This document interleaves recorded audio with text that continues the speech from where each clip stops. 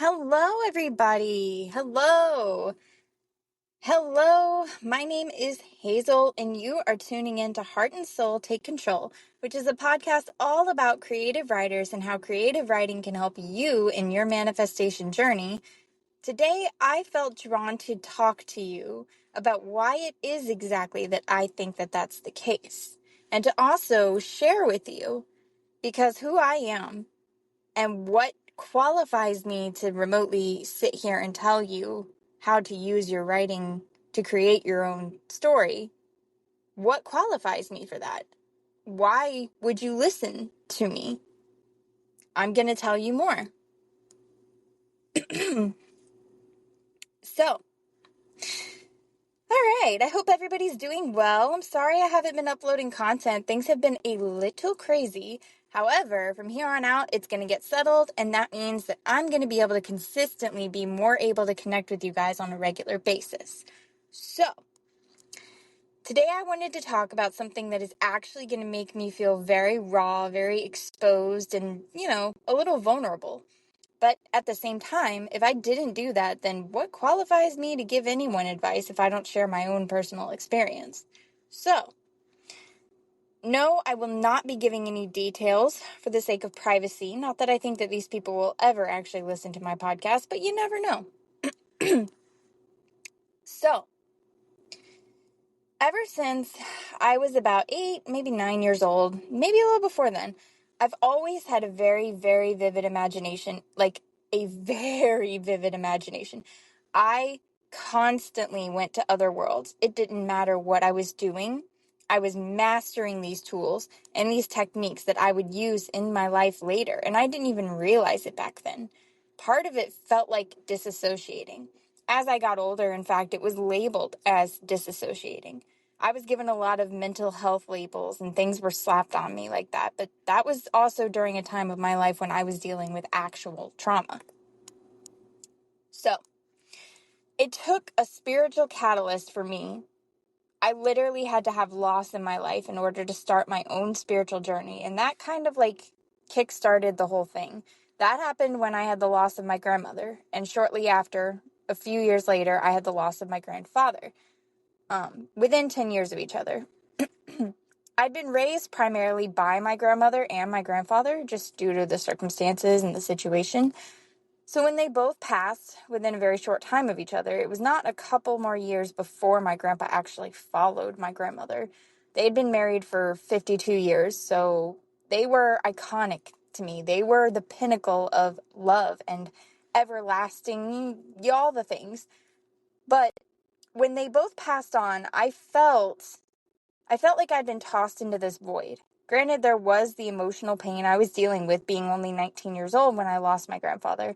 And even when grandmother passed away, me and my grandfather kind of stumbled into our relationship, kind of like an awkward stepfather-like relationship because he'd always been a father figure to me. And then when she died, he became like my sole guardian and a lot of things. And so, he gave me a lot of advice and I gave him a lot of kickback. I didn't really have rebellious teenage years, but when it came to arguing, we definitely argued all the time. So I was going through some stuff, but in doing this, I also started to shut myself in my room, and it wasn't unhealthy for me to be doing that, because what I was doing was I was actually discovering this persona. I would often put on these little imaginary concerts and just pretend like I had all this self-confidence and all this self-worth. I would pretend like people were interviewing me for various things, like, magazines or radios. I would drive somewhere and I would pretend like I was on the radio telling people about my life. I was actually speaking out loud, and it would be how I wanted it to sound. That was the key. I wasn't sitting there talking about how depressing it was or any of the trauma I was going through. I was constantly identifying with the me that was past all that, had risen up from the ashes, and was basically aware of my own personal power and influence. So I'd always been talking to my higher self. I just didn't know it. I didn't realize it. And when I was older, I realized that some of the things that I'd created turned out in my life to be true. Not all of the things. I wrote a lot of very dark things when I was younger, especially going through that trauma. But that was like my catharsis. That was my way to get it out, to express it, so it didn't live energetically in my body and it didn't consume me every single day. But when I started to embody these people that I wanted to become, it didn't matter what their name was, their face was. It did not matter who they were in actuality. It was basically as trivial as pretending to be Britney Spears or something like that as a kid. That's the kind of stuff I would do when I was younger. I was a singer. I was a performer. I was someone being interviewed, a very important person. I was an author. I was a motivational speaker a couple of times. All these things. And almost every single day, I would just embody these things as much as I could without, the world making me feel deluded. And that's how I spent my childhood. That's how I spent my days and my years. I didn't actually grow up with my siblings. So being an only child, I had to get really creative and really imaginative to figure out how to entertain myself. And that's what I did. I played pretend. I was all of these things. I was doing all these things. But as I was younger doing them, I didn't feel deluded. As I got older, I did start to think that I was deluded. That's the problem. I actually thought I had a problem. And I'd been told, and I'd been shown otherwise, because I literally had medical professionals tell me, you're disassociating, you have BPD, anything to escape the world you were in for a better one. And they labeled it as a bad thing. They basically called me an escapist. Someone who doesn't identify with, I don't even want to get into it, but basically just, they told me I was deluded. They told me I was prone to escapism, all these things. So I turned to writing because that was a safe outlet for me to actually sit down and put my thoughts out there in a place where I wouldn't be harmed for them, where they couldn't hurt me. They couldn't touch me. They couldn't call me deluded. It didn't matter because that was my fictional space where I could create it and where I was safe. This is part of the reason I do what I do, and that I encourage you to find that space for yourself, because the real world is very convincing at making you think you're deluded when you start to imagine a different self-concept of yourself. However, it's realizing that you are safe to play with those ideas. You don't have to share with anybody ever if you don't want to. I'm choosing to share it right now and to be openly vulnerable with you guys because of the fact that I've been through it. And I recognize the value in teaching that this is possible. So that's what I wanted to touch on today. So again, we're not going to go too much into detail because this does get very personal for me. But I was diagnosed, and my diagnoses, I quite literally ignored my diagnoses. Took my medication, did all the things I was supposed to do for the doctor, but I ignored my diagnoses and my reality. I did not go around telling people that I was this, this, and this. Did not go around acting like I was this, this, or this as far as sickness-wise. I just kept doing what I was doing, imagining a world where I was in my personal power, imagining myself healed, transformed, all these things. And I'll be damned if I didn't get rid of all those diagnoses. They just magically vanished like they'd never been put on me to begin with, including having daily seizures. They called them absence seizures. You're not even supposed to have absence seizures after you become an adult. It's a child thing.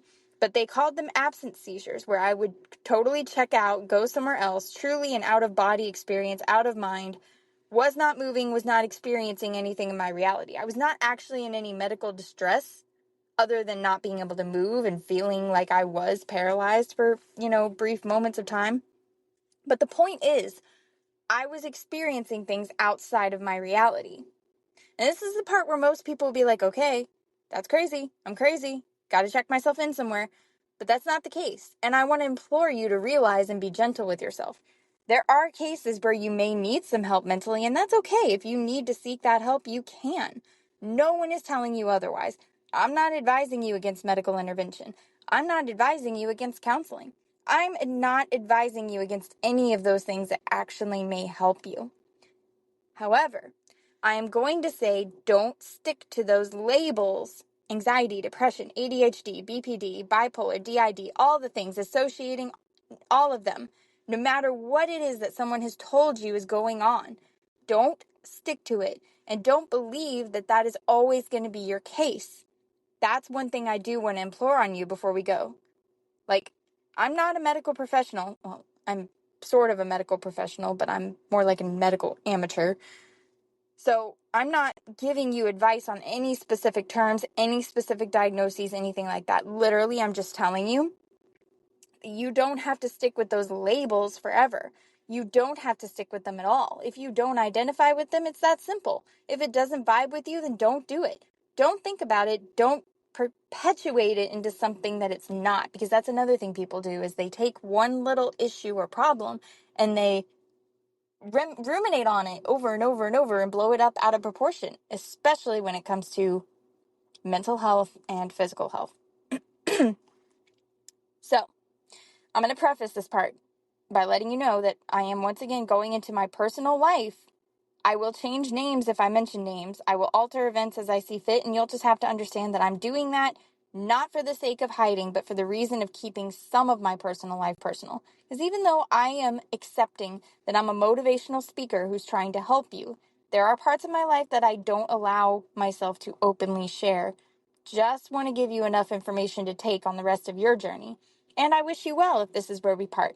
But if you're still listening and you're still out there trying to understand me a little and why it is I'm teaching this, please stay tuned. Okay. Someone recently advised me to think back to times that I'd written something fictional that had manifested in my real world. And at first I thought, I don't really have a whole lot of examples. But the truth is that I do. But only when I allowed myself to not only write these different worlds I wish to be in, but also these different personas that I actually liked about myself. So the personas that I created used to be nothing like me. That's what I thought. They're totally polar opposite of me. But as I got older and I started to have more self-awareness, I realized that what they actually are is an embodiment of my personal traits that I like about myself. An enhancement of those personal traits. They're the people who represent everything I want to be, everything I aspire to be, and the parts of me that I do recognize that I already have in me that maybe just haven't shown out into the world yet. That's your persona. It is you. It is the embodiment of you when you create a character, even if it's fiction. There's parts of your character that you will identify with. So, as I got more into my writing, my characters morphed into these individuals who, given the creative freedom, I didn't just take and mirror the way that someone acted or the way that I thought so-and-so should act. I started to add these bits and pieces of my own personal ways of responding, my own reactions, my own emotional traits went into these characters. More and more and more. So in discovering that I was embodying, or I was at least trying to embody these better quote-unquote versions of me, that's when I realized, okay, well, why not make these a better version of me? Why not make these my ideal selves? And then play with them as if they get to live the life that I currently quote-unquote can't see for myself. Which, when you think about it, that's essentially what writing fiction is. You're writing these words and these characters that part of you wishes you could belong to, even if it's some crazy fantasy realm, like it's something you enjoy, it's still something that vibes with you, or that you vibe with. You could be a person who really likes dragons, and you write about a world where you get to tame dragons, and that was just the first example that came to my mind. But basically, that's what I'm trying to say, is once you realize you have that playground, things change. Okay, your fiction can literally be taken to a whole other level because you can be using it not only to gain interest from your audience, if that's what you want to do as a creative writer, but also to engage yourself repetitively in this ideal version of you, this ideal world that you create, you control, you write the platform. What's better than that? You're the one in control at every point of the process. So, in my case, I started to realize these things gradually over time. It didn't happen overnight at all, but I started to realize these things were happening, that I was embodying these characters when I was going out in my daily life. At one point, it was so quite literal to the idea that I was physically walking around with the mindset of my characters. I can laugh about it now, but I still remember literally going to the grocery store and thinking about what they wanted to eat, going to a clothing store and thinking about what they would have worn, etc., etc. And so walking around with that mindset of trying to embody someone I wasn't it just came natural to me. And I started, as I got older, to get this feeling of this like imaginary support, but I ignored it. It just existed, and my imagination about it got stronger and stronger to the point where I would hear this entity. I would sense that this energy was around. I would get these ideas of like being protected by a love that didn't exist. And I never wrote anything physically about it at this point or anything like it.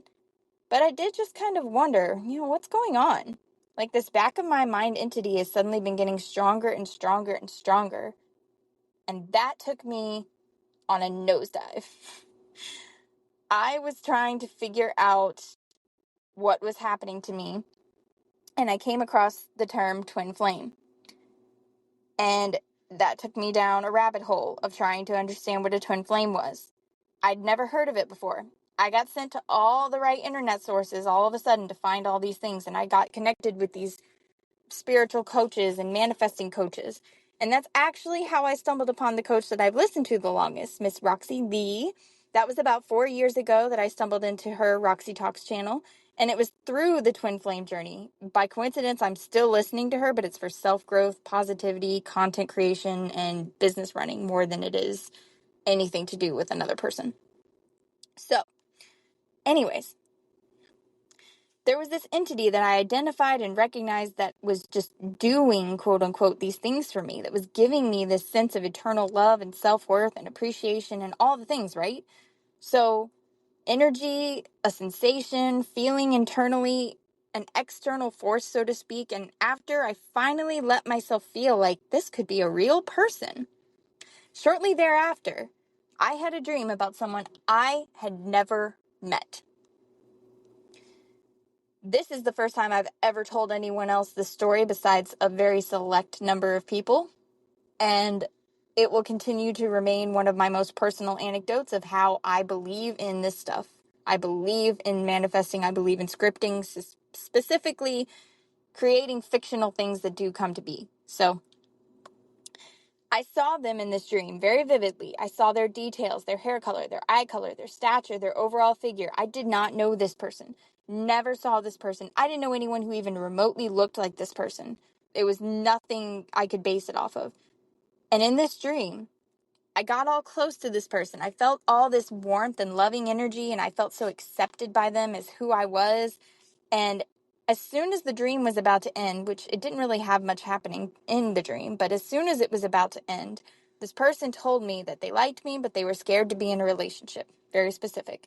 And then the dream ended, and I never thought about it again whatsoever. I did write it down in my journal, but it wasn't with the intent of scripting it, because I didn't honestly care that much. It was just more of a strange dream that I wanted to document. I document my dreams in a dream journal, so that's all I did is I wrote it down, exactly what I just told you. And I wrote down that I experienced this person vaguely, what they looked like, and what they said to me. That's it. A few months after that, I was in this writing community, which is a really appropriate way for me to say I joined a roleplay community. A fictional writing space which people interact with each other by creating muses and their personas, and we all interact in chats, and we all interact on feed. It's almost like a social media thing. So I joined one of these communities, and I was still very much fresh from this whole twin flame burnout. I'm literally burnt out from the twin flame journey that I thought I was on with a person. Don't want to think about it anymore, but I was basically done with that, still watching Roxy videos. I was still trying to work on myself, but I wasn't doing anything else. And this was the same year that I had that dream. And months later, still had never seen this person, never met them. I knew nothing about them even existing, hadn't dreamt of them again, nothing. And all of a sudden, through these circumstances, my character on this community met someone who I instantly had this almost ethereal feeling of like automatically connecting to them. I was literally over here wondering, where did this person come from? What is this pull I have towards them? Didn't know the first thing about them, only knew them through their character. Their character and my character were very much drawn to each other. Perhaps they shouldn't have been. Circumstances were not the greatest, but they still were. And through another circumstance, I got to learn a little about the person who was writing this character, as well as sharing about myself. It developed into a bit of a friendship. It wasn't like a week later or maybe a couple of days later. I can't honestly remember the day. or how exactly in conversation it came up. I just know that it wasn't a one-on-one conversation. It was a group chat I happened to be involved in with this person and a couple of other people. This person revealed a photo of themselves in which they had put on social media. Wasn't even that descriptive of a photo, but thinking about it now is crazy. I remember that absolute paralyzing fear that I experienced of realizing that this was a real thing, the whole connection, the whole process, and that what they said to me in the dream was also probably real too. It just made sense. All of a sudden, I was like, holy shit, that is them. And it was physically matching description and everything. It was the person I had dreamt of. And through writing circumstances that just kept happening, good and bad, we actually stayed in touch. We talked more, got a little closer, apart from our characters. And I honed in on it so much that I was literally wishing that I'd been living that exact life that my fictional character was living. And once I identified that, it was over for me because I started to put just a little bit of me into that character. No matter who I was talking to, my character started to do things that I would do. I remember I even offered people tarot card readings publicly, which was brand new for me to even admit I was doing. I went into a fictional space where nobody knew me and people were interacting from all over the world and just said, hey, my character's learning tarot. Let me give you a reading. But things were just manifesting one after another through these situations and circumstances, as well as things and circumstances around me and that person. But it didn't stop there. I started to script. I was still watching Roxy videos, so I had started to work on myself, and I started intentionally scripting. I started to write things into my own stories that I never shared with anybody, still will never share with anyone. I used this persona, this mask, because it felt safe for me to experience what I wanted, for me to experience what I wished I would have done, how I wished I could have reacted, how I was beginning to feel like I would actually react to meeting this person outside of our characters. Wasn't the case, but I still felt very strongly like that's how I would react, and that's how I would want to react. That's how I would wish we could actually interact with each other. And the more I thought about it, damn, I really wish I had someone like this to interact with. The more real our friendship actually became. I won't give any details, but closer, until physically we were actually able to hang out. We were able to spend time together, someone I'd never even met before, and we had nothing in common that would have otherwise put us in touch besides being on the writing community. And that's when I realized, when I'm myself, full authenticity, when I actually act like the person I want to be and the person I want people to interact with, and I show up in these places as myself more than I am trying to be someone I'm not, I'm attracting these experiences. I'm attracting these friends. I'm attracting these instances where I get to help people and heal people and get close to people, and it genuinely fills me up in a way that I hadn't previously been able to ever fill my own cup. So I won't necessarily say that it was a happy ending. We're still friends, but what I will say is that it taught me how to understand boundaries, where to place them, when to place them, understand when it's okay to feel and experience through a fictional world, things that you wish you could experience, and to enjoy that, and take those memories and take them with you, and enjoy that too. That is what you're capable of doing. Not just to meet friends, not just to have new experiences. It can be anything. The amount of income you want to receive, the jobs you wish you were doing, the charisma, the presence that you wish you had, or you wish you showed up with this self-confidence that you may feel like you're lacking now, but you can put it somewhere else. All of these things. If you put intent into it, remember the 3 I's: identify, imagine, intend, okay? I will drill these 3 I's into you guys because it comes up every single episode. Did not intend to rhyme. Identify what it is, imagine that it's possible, intend that it is. I started scripting after this experience of fictional writing. I started to do the real writing, actual things, wanting to manifest a move, wanting to manifest money, wanting to manifest affording my apartment, wanting to manifest a new job in a new location. All of these things that I've written down, eventually, one way or another, they became true within a very short time. And some of the things that I've written in my fictional world, if I've given enough power and intention behind it, and I've focused on it enough, and I've repetitively believed it was possible, those things have also manifested in my life. We can all do it. It is something that we all have the ability to do. You just have to tap into it and actually use it for your own benefit. Don't just sit there and wallow in what could be. Believe it, embody it, and personify it. Take your fiction writing to a whole other level. You can literally be, do, and have anything. You're the one that has the power. You have creative power, which means you have the power to create. It doesn't matter what form it takes, even if that's fictional writing for you because it feels safe. Because if you believe in that shit long enough and you actually intend, you will get those things. Those things will happen for you. Things will be true for you. Just don't be afraid to identify what you want to change that could be possible and intend that it is. I'm sending you so much love and light. Thank you for tuning in to Heart and Soul Take Control. Hopefully you're sticking around, and I look forward to talking to you guys in the next one. Bye.